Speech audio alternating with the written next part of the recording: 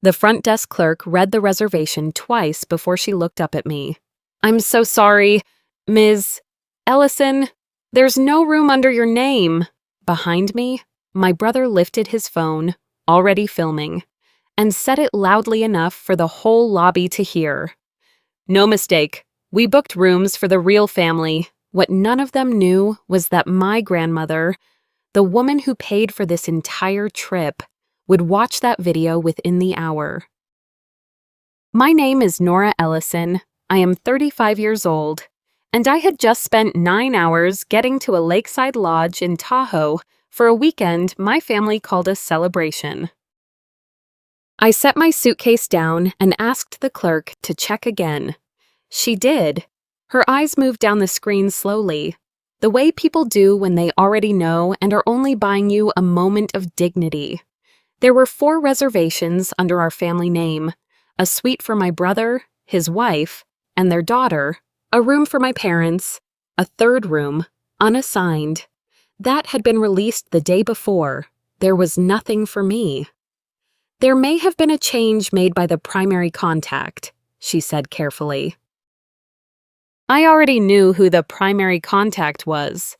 Grant stepped up beside me with his phone held at chest height, angled to catch my face. He was smiling the way he smiled in photographs, wide and slightly rehearsed. "Don't make this a whole thing," he said. "The rooms went to people with actual responsibilities: wives, kids, schedules. You've got, what? A savings account." His wife, Bianca, laughed. It was not a nervous laugh. It was the easy, comfortable laugh of someone who had heard the joke before it was told, who had already agreed it was funny.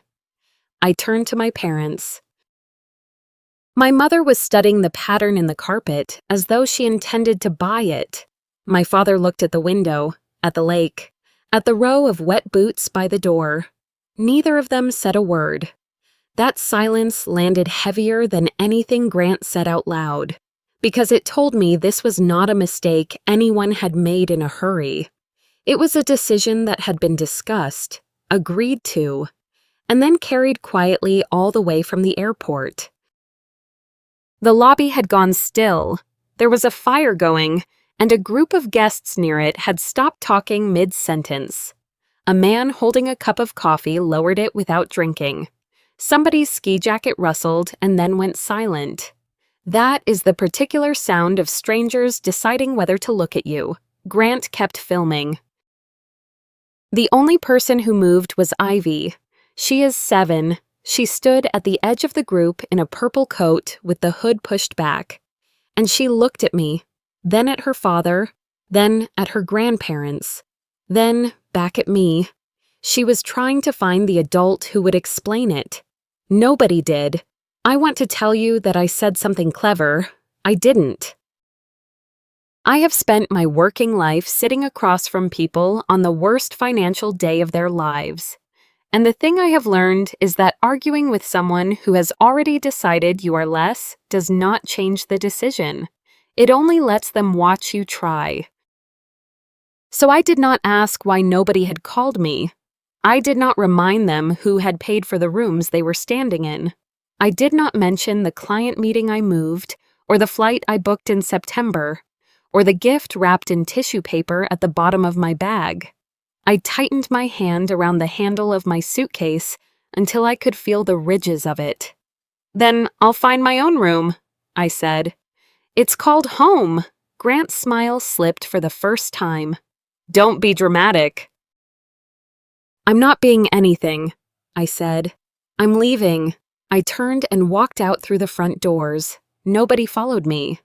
The cold came off the lake in one clean sheet, and the automatic doors closed behind me with a small mechanical sigh. And that was the loudest goodbye my family gave me that day. I got into a car. I watched the lodge get smaller in the window. My hands were steady, which surprised me. 3 hours later, I was sitting alone at an airport gate with a paper cup of coffee going cold beside me. And my phone showed 41 missed calls, 19 voicemails, and a family group chat moving too fast to read. Then one message came in from my grandmother.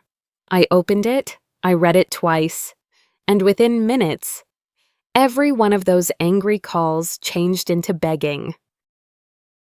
Before I tell you what my grandmother wrote, and why my brother spent that night refreshing his phone like a man waiting on a verdict, do me a favor, tell me what time it is where you are and where you're listening from. I want to know how far this one travels. The driver had barely cleared the lodge gate when my phone lit up with Grant's name. I let it ring out. He called again before the screen had even gone dark. Then a third time, on the fourth. He switched to a group call, and I only answered because, underneath his voice, I could hear Ivy crying. "Turn the car around." He did not say hello. "You are embarrassing everyone." "I'm not embarrassing anyone," I said. "I'm in a car. You walked out of a lobby full of people." "You filmed me in a lobby full of people." There was a pause, and in that pause I heard him breathing the way he used to breathe before a school report card came home. Then he said the thing he did not mean to say. "Just don't drag Grandma into this." That was the whole conversation, right there, in 7 words. Not "I'm sorry," not "we made a mistake," not "come back." "We miss you. Don't drag Grandma into this." They were not calling me because they wanted me at the table. They were calling me because the woman who had paid for every room in that building did not know yet, and Grant wanted to be the one who told her, in his own version. I looked out at the pines going past the window and understood that I was not a person to them. I was a witness. Bianca's voice cut in from somewhere beside him. "Honestly, Nora, you're single. You can book your own room in 5 minutes. Some of us are traveling with a child, then my mother," in the flat tone she has used my whole life, the one that always sounds like she is reading a rule off a card. "Your brother has a wife and a daughter. Their needs come first." I waited for my father. He was on the line. I could hear the small sounds a person makes when they are holding a phone near their face and choosing not to use it. He said nothing. That was the part that hurt. Grant was cruel out loud, and cruelty at least announces itself. My father was quiet, and quiet is what lets cruelty stay. I could have said a great deal. I could have told them that I paid off my student loans in 6 years without asking a single person for help, that I bought my apartment with money I saved 1 paycheck at a time, that I built the practice I run, client by client, sitting across the desk from strangers on the worst financial day of their lives. I could have listed the rest of it too. The specialist appointment I found for my father when the local clinic had a 9-month waiting list, the tax filing I corrected for Grant 2 Aprils ago, the one that would have cost him a penalty he still does not know about, the insurance paperwork I sorted for my mother while she told her friends how helpful my brother had been. I said none of it, because none of it would have moved them. They had heard it all before and filed it under the same heading every time. Nora is fine. Nora manages. Nora does not need anything. That is the quiet arithmetic of a family like mine. In their minds, independence had made me convenient to neglect. Aunt Nora, Ivy's voice, small and wet, right up against the microphone. Everything in me went soft for 1 second. "I'm here, sweetheart. Are you mad at me?" 7 years old, standing in a lobby full of adults who had just performed something ugly in front of her, and the only conclusion she could reach was that it must be her fault. "No, baby," I said. "I'm not mad at you. Nothing that happened is your fault, not one part of it. Do you understand me?" She said, "okay," in the way children say okay when they do not believe you yet. Then Grant took the phone back, and his voice came in hard. "Grandma paid for this trip. You don't get to ruin it just because nobody gave you a free room. And there it was, the same sentence he had built his whole life on. Somebody else pays, and he decides who deserves it. I'm not ruining anything, I said. I'm just leaving a room I was never given a place in. The line went very quiet. That's not what this is, he said. That's exactly what this is.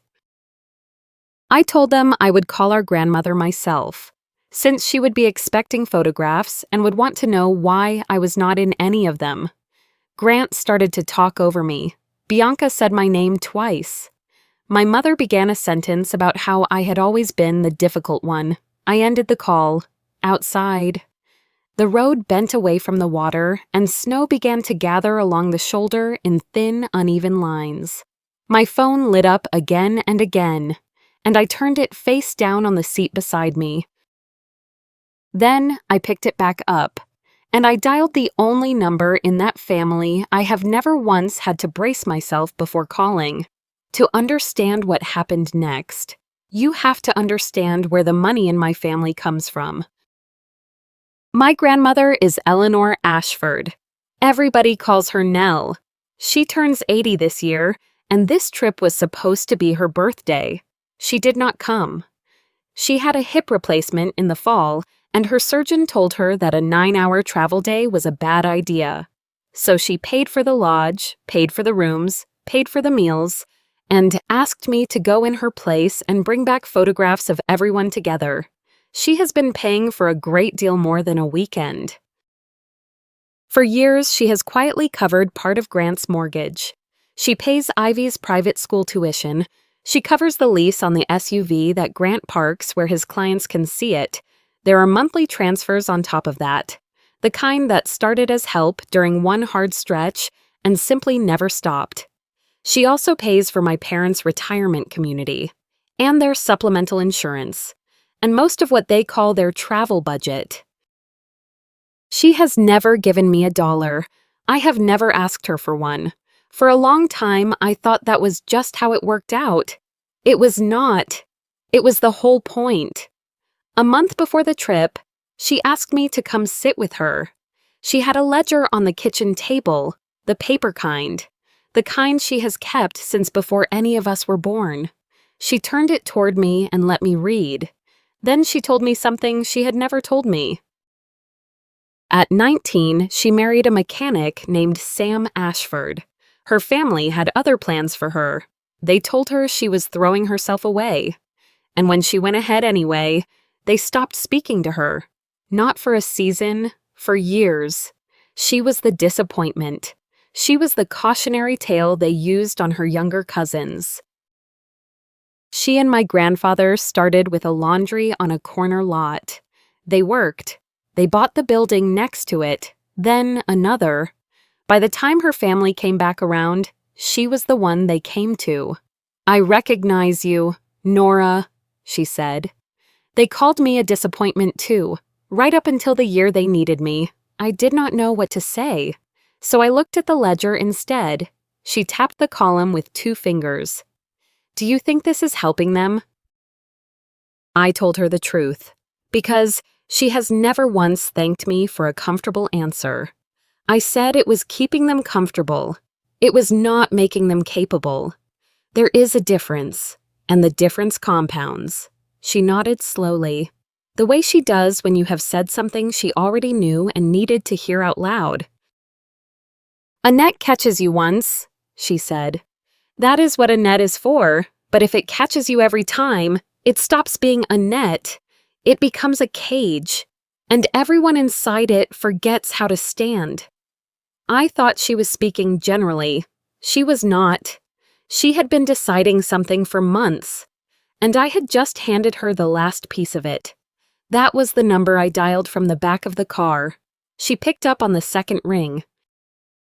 I gave her the facts, only the facts. The reservation that was not there. The 3rd room released the day before.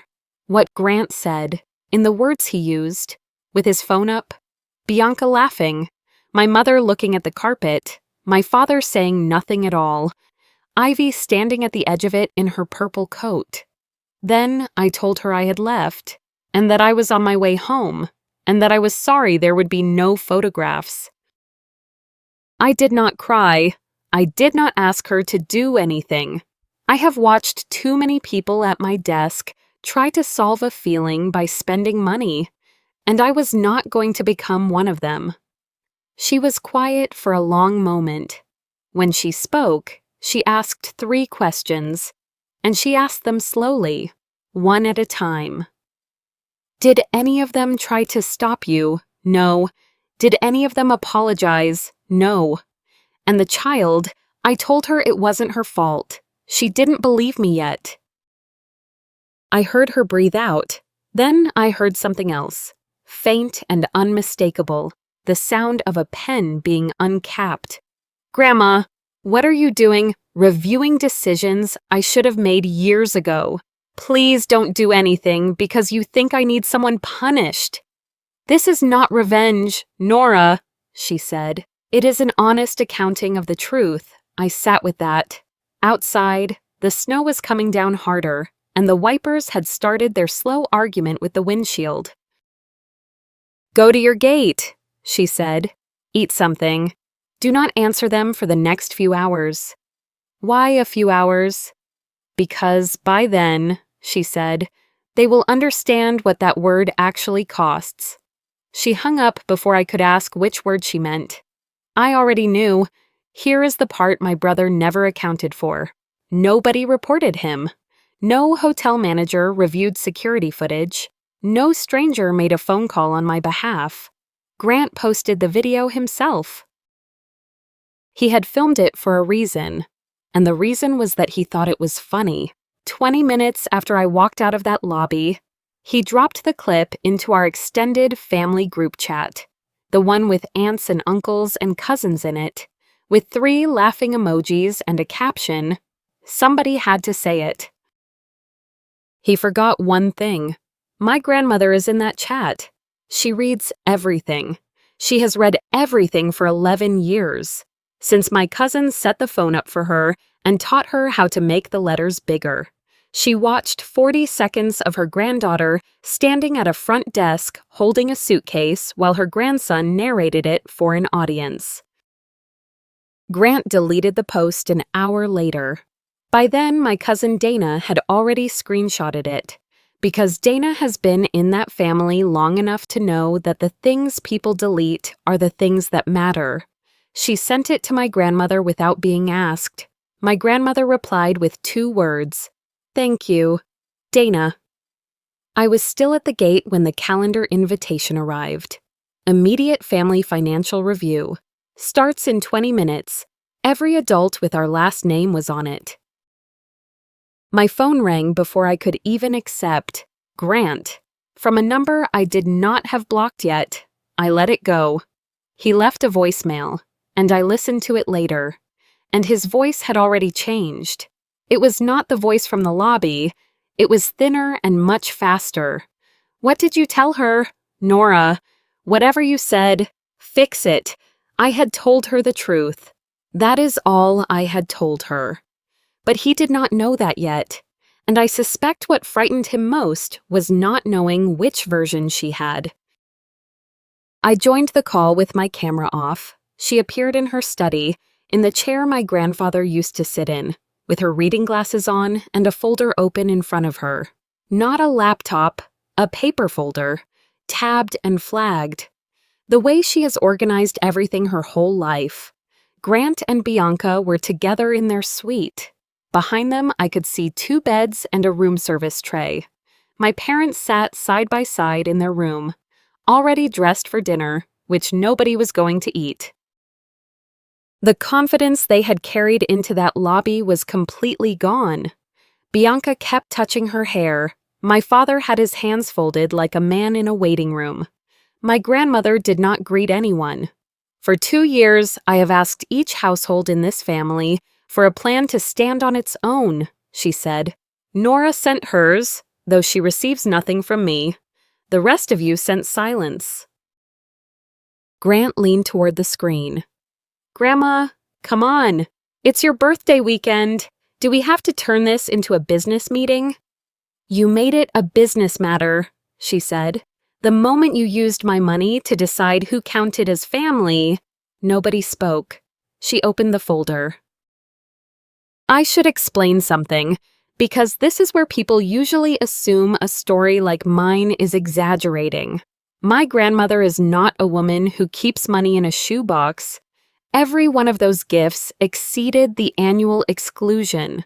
Her accountant has filed a gift tax return on her behalf every single year, and her attorney keeps a copy. She did not have to remember what she had given anyone.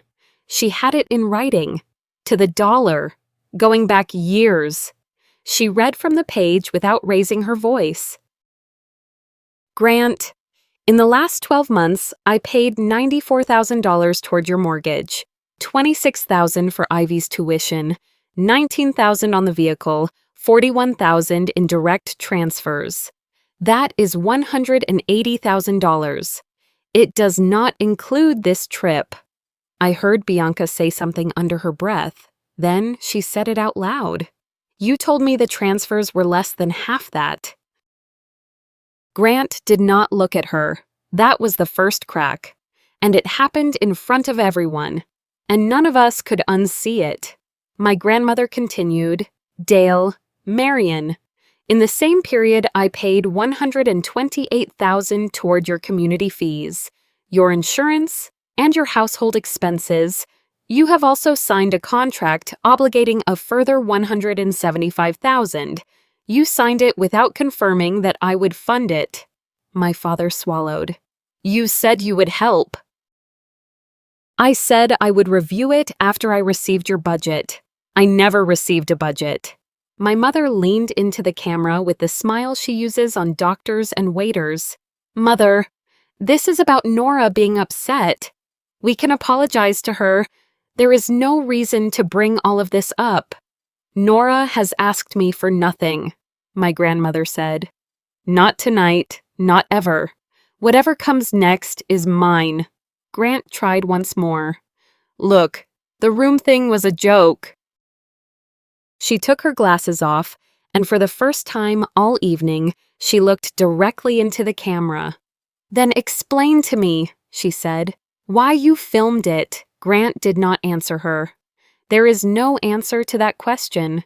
You do not film a moment you are ashamed of. You film a moment you are proud of, for people you expect to laugh with you. My grandmother let the silence sit until it was unbearable. Then she said, "I am going to share my screen." A document appeared. It was one page. It had a letterhead and a signature block, and the flat, unhurried language of something an attorney had already read. Effective the 1st of next month, all recurring transfers would stop. Every household, no exceptions.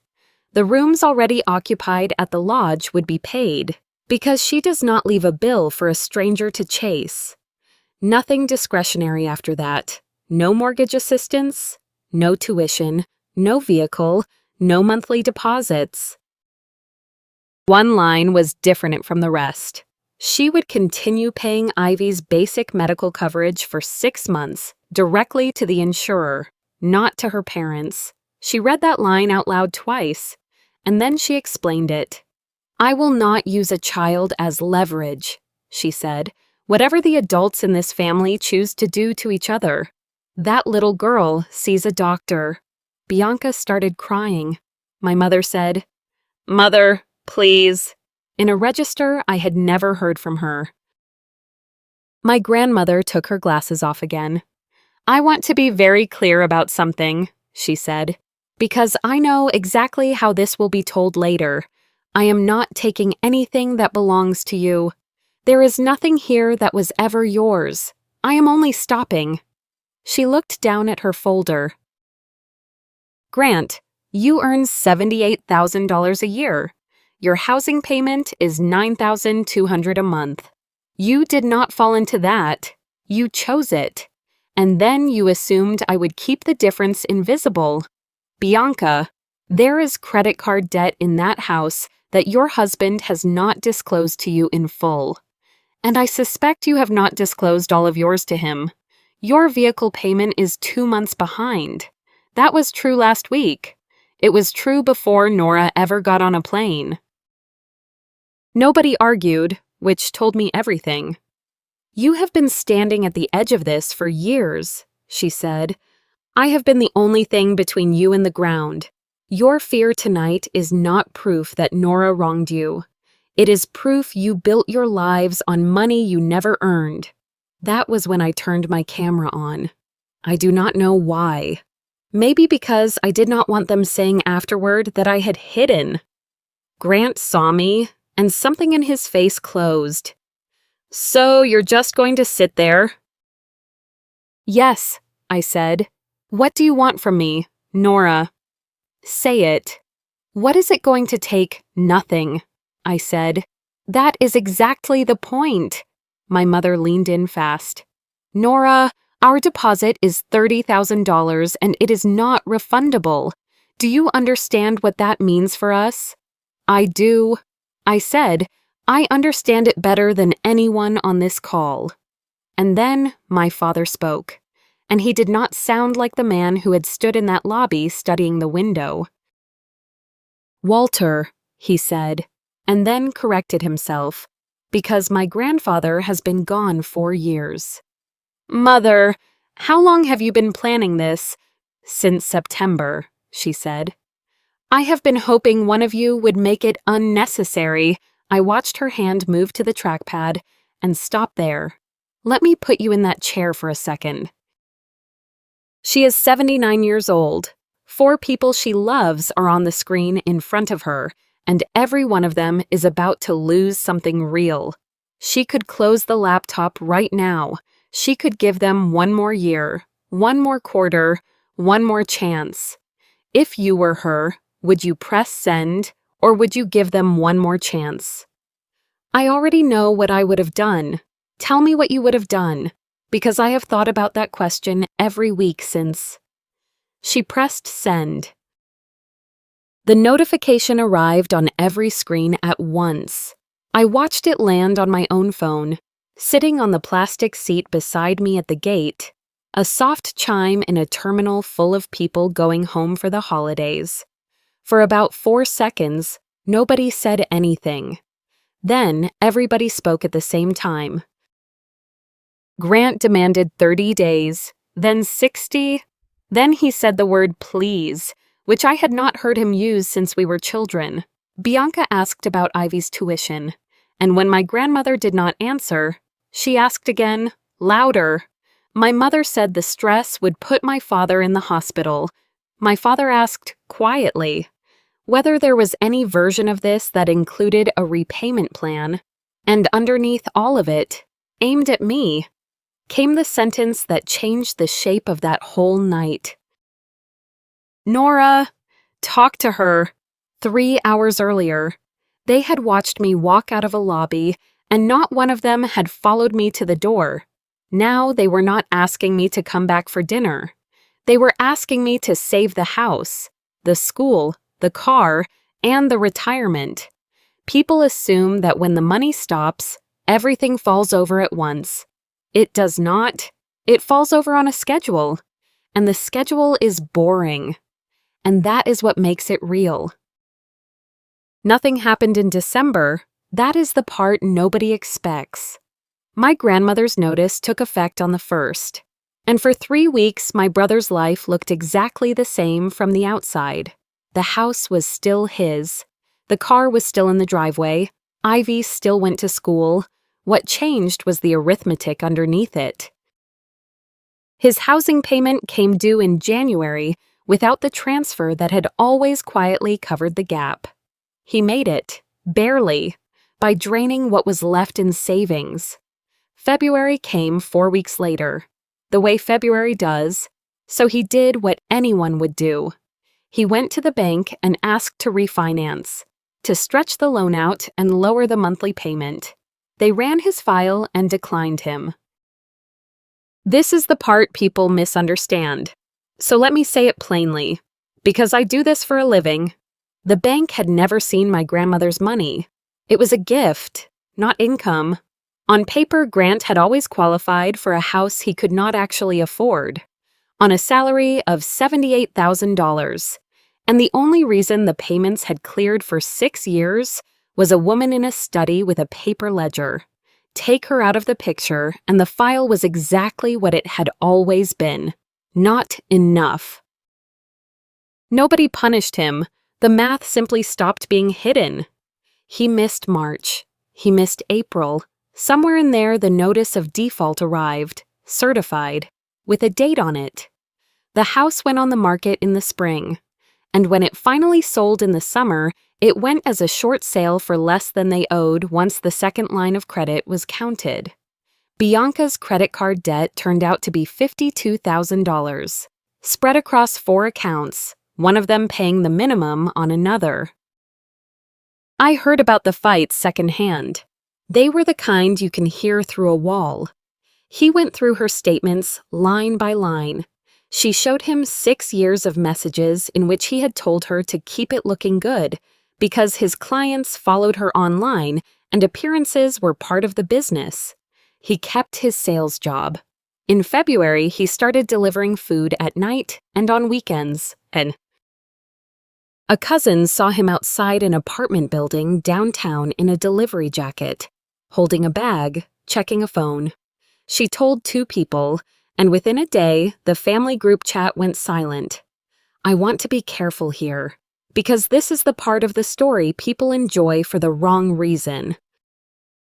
There is nothing humiliating about that work. It is honest, and it is hard, and it kept a roof over him longer than he would have had otherwise. What humiliated my brother was not the jacket. It was being seen without the version of himself he had spent 15 years building. He had made everyone believe he was the one who provided. Now everyone could see who had actually been paying. In late February, Bianca emailed me. Not the group, just me. She did not ask me to talk to our grandmother. She did not mention the money once. And I have thought about that a great deal. She wrote to tell me the truth about the lobby. It was not spontaneous. Grant had known there was no room for me before I ever landed. He had told her in the car on the way up, laughing, and said I would almost certainly just book my own room and say nothing, because I never make a scene. That was the plan, not cruelty for its own sake, cruelty that they expected me to quietly clean up. Then she wrote the sentence I have never been able to put down.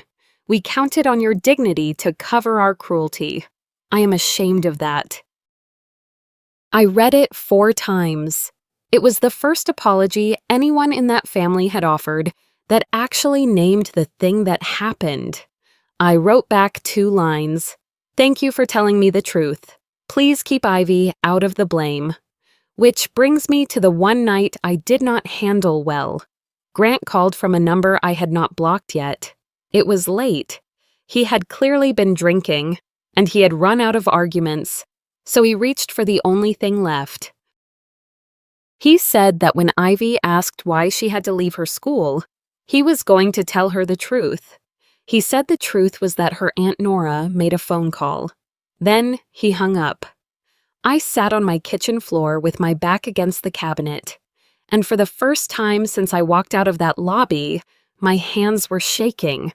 Not because I believed him. I knew exactly who had built that house and who had signed that mortgage. My hands were shaking because he had finally found the only place I was still reachable. A 7-year-old who had done nothing to anyone. I have told you the financial half of that year. Here is the other half. And it is the one I actually think about.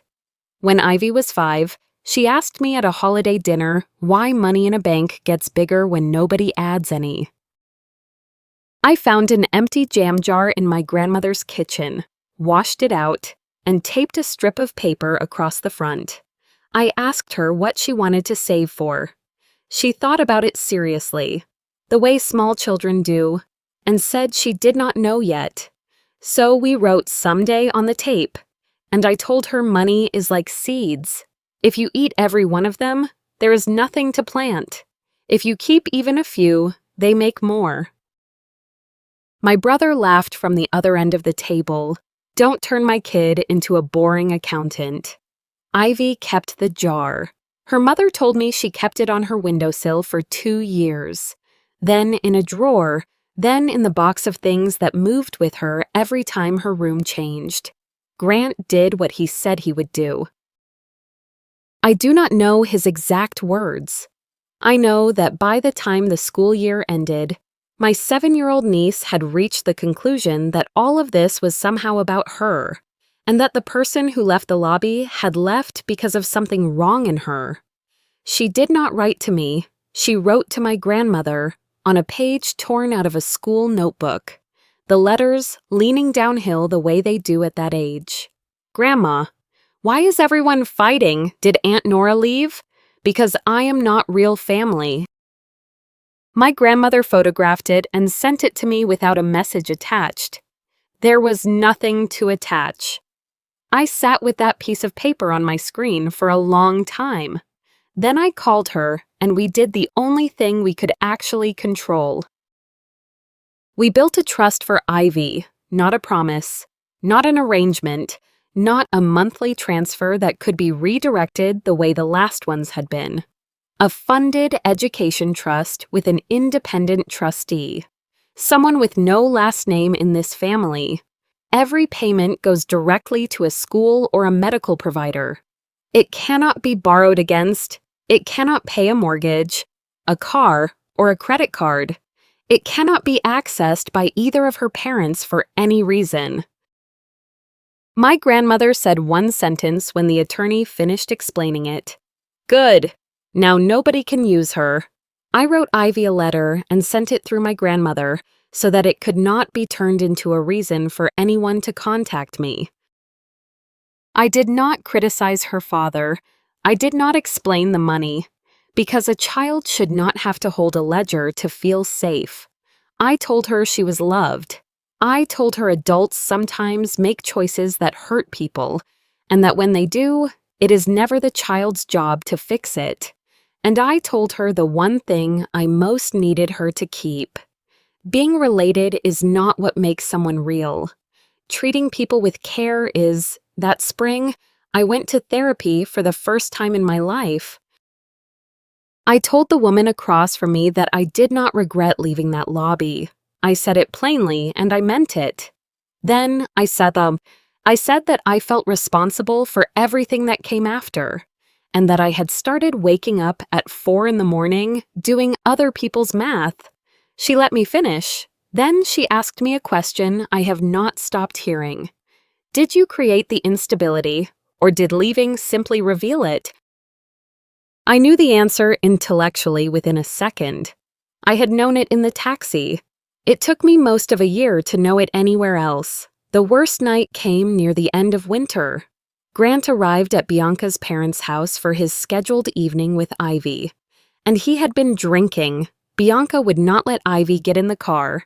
He stood in the driveway and shouted, long enough that a neighbor came out, and Bianca called the police. Nobody was arrested, but there was a report, with a date and a description.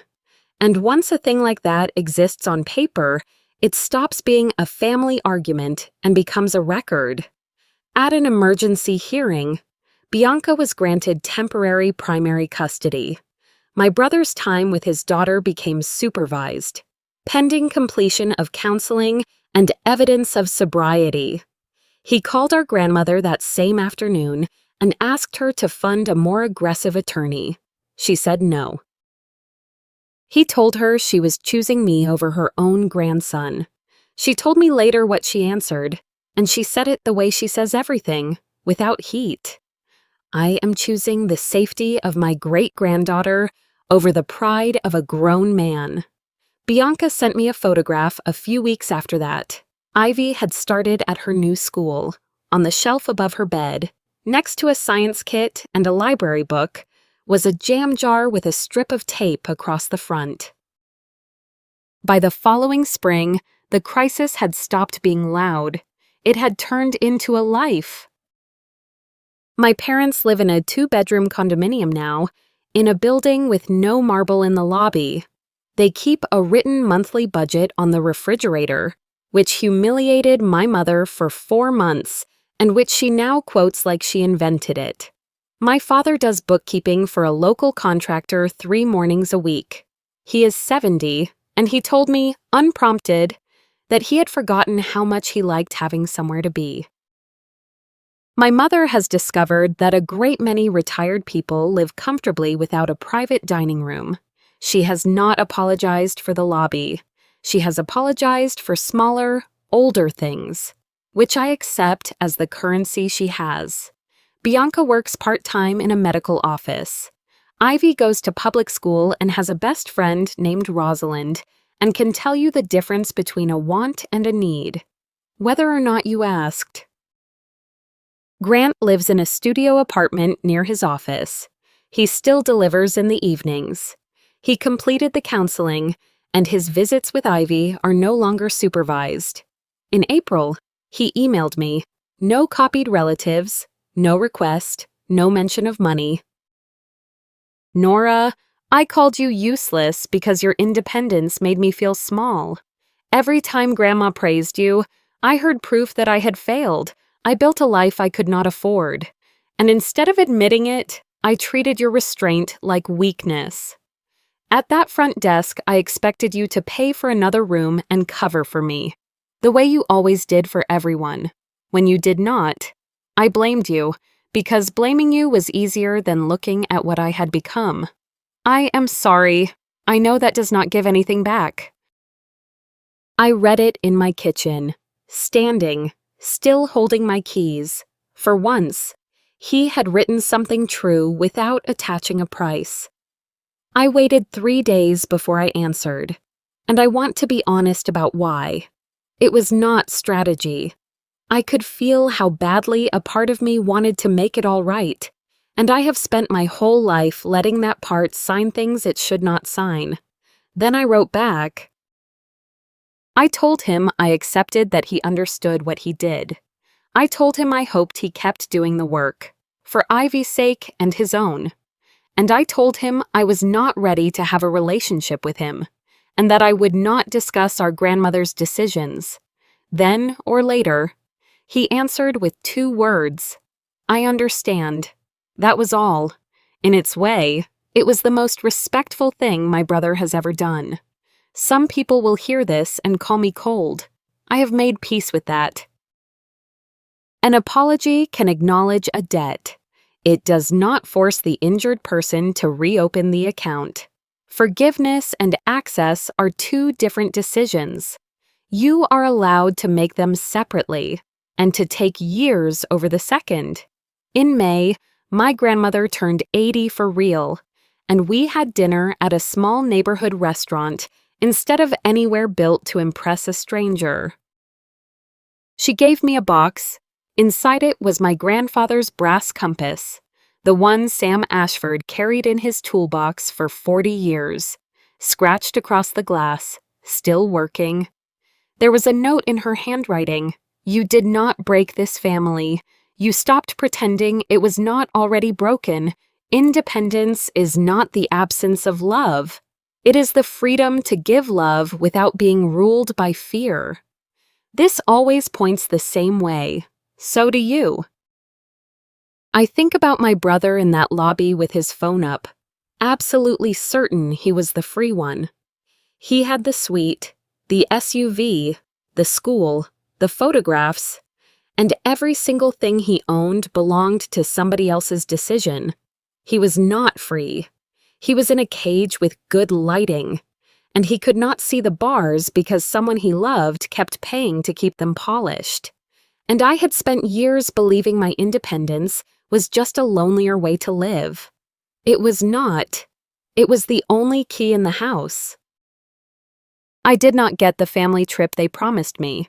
I got something I could not have bought at any price. I stopped being the capable daughter who could be skipped, the successful sister who should cover her own costs, and the quiet aunt whose love could be used as leverage. I am allowed to leave any room where my dignity is treated as optional. So are you.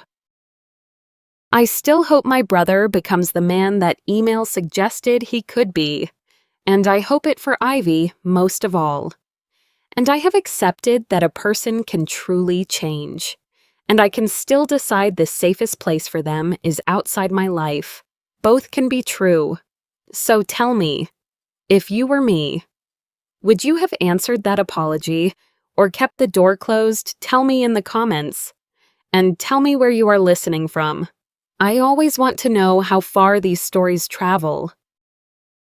And if this one reaches you, subscribe. Every week, I tell stories about people who found the courage to stop making themselves smaller. Yours might be next.